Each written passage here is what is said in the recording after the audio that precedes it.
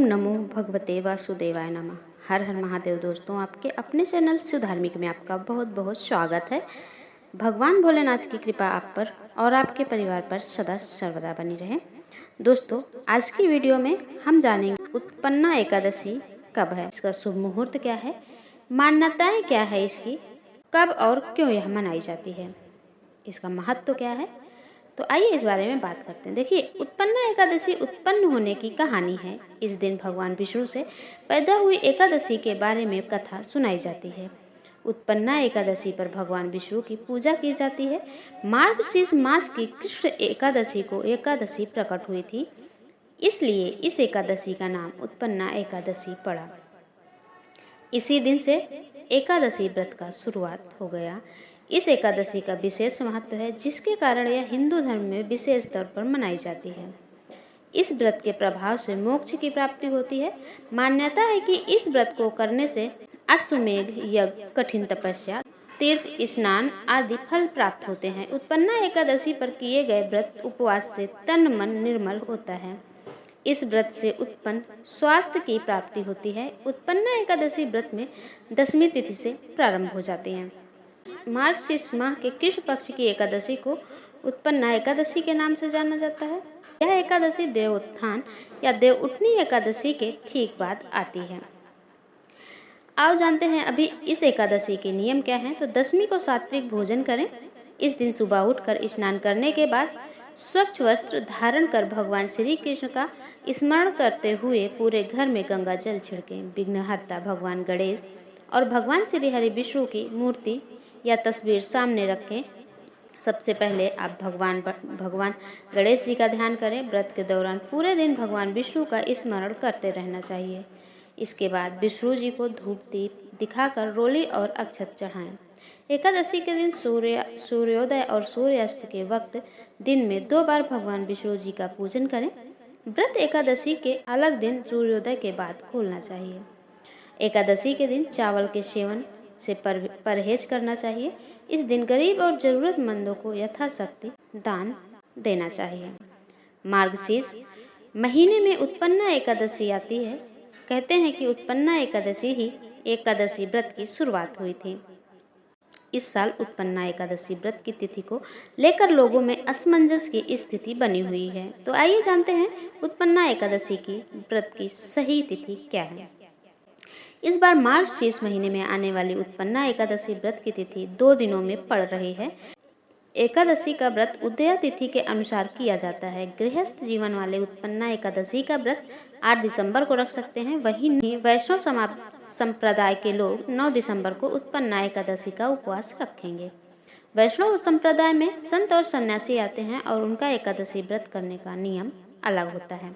तो आइए जानते हैं उत्पन्ना एकादशी व्रत का शुभ मुहूर्त और तिथि। एकादशी तिथि प्रारंभ हो रही है 8 दिसंबर को सुबह 5:06 पर और इस एकादशी तिथि का समापन हो रहा है 9 दिसंबर को सुबह 6:31 पर।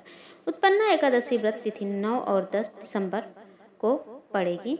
तो उत्पन्ना एकादशी का पारण का समय क्या है। 9 दिसंबर को एकादशी व्रत का पारण समय है 9 दिसंबर को दोपहर 1:16 से दोपहर 3:20 तक। 10 दिसंबर को वैष्णव एकादशी के लिए पारण व्रत का समय है सुबह 7:03 से सुबह 7:13 तक। और हाँ, वीडियो आपको पसंद आए तो एक लाइक तो ज़रूर करें, क्योंकि आपके लाइक से मुझे पता चलता है कि मेरे द्वारा बनाई जा रही वीडियो आपके लिए उपयोगी है, आपको पसंद आ रही है।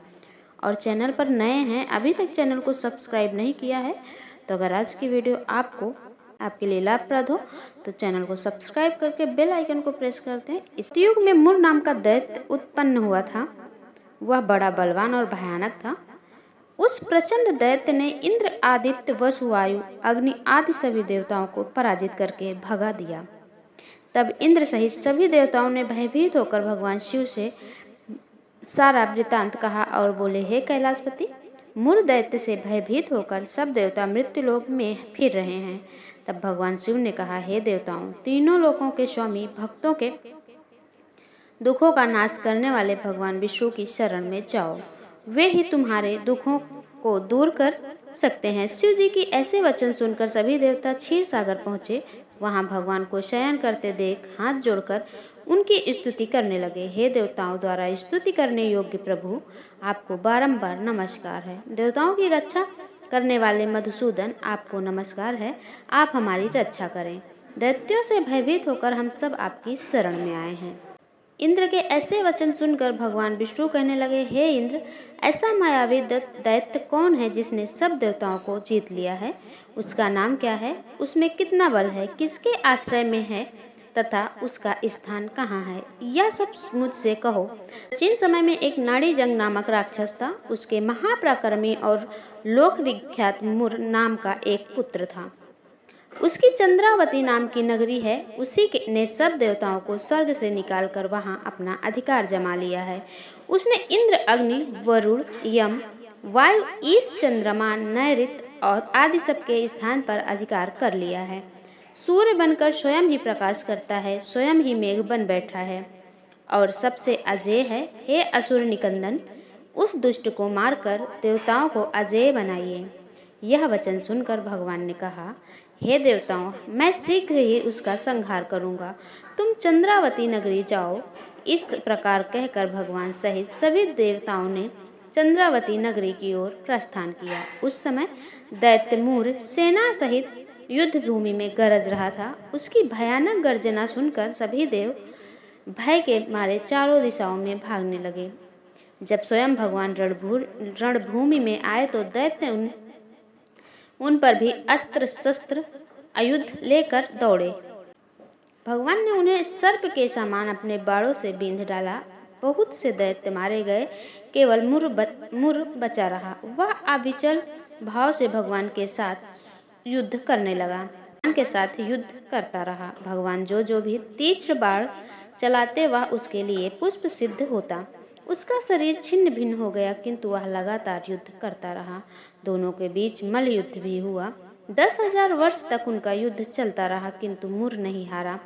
थककर भगवान बद्रिका आश्रम चले गए। वहाँ हेमवती नामक सुंदर गुफा थी। उसमें विश्राम करने के लिए भगवान उसके अंदर प्रवेश कर गए।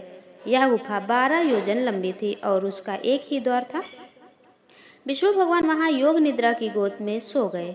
मुर भी पीछे पीछे आ गया और भगवान को सोया देखकर मारने को उद्यत हुआ। तभी भगवान के शरीर से उज्जवल कांतिमय रूप वाली देवी प्रकट हुई। देवी ने राक्षस मुर को ललकारा, युद्ध किया और उसे तत्काल मौत के घाट उतार दिया। श्री हरि जब योग निद्रा की गोद से उठे तो सब बातों को जानकर उस देवी से कहा कि आपका जन्म एकादशी के दिन हुआ है, अतः आप उत्पन्ना एकादशी के नाम से पूजित होंगी। आपके भक्त वही होंगे जो मेरे भक्त हैं।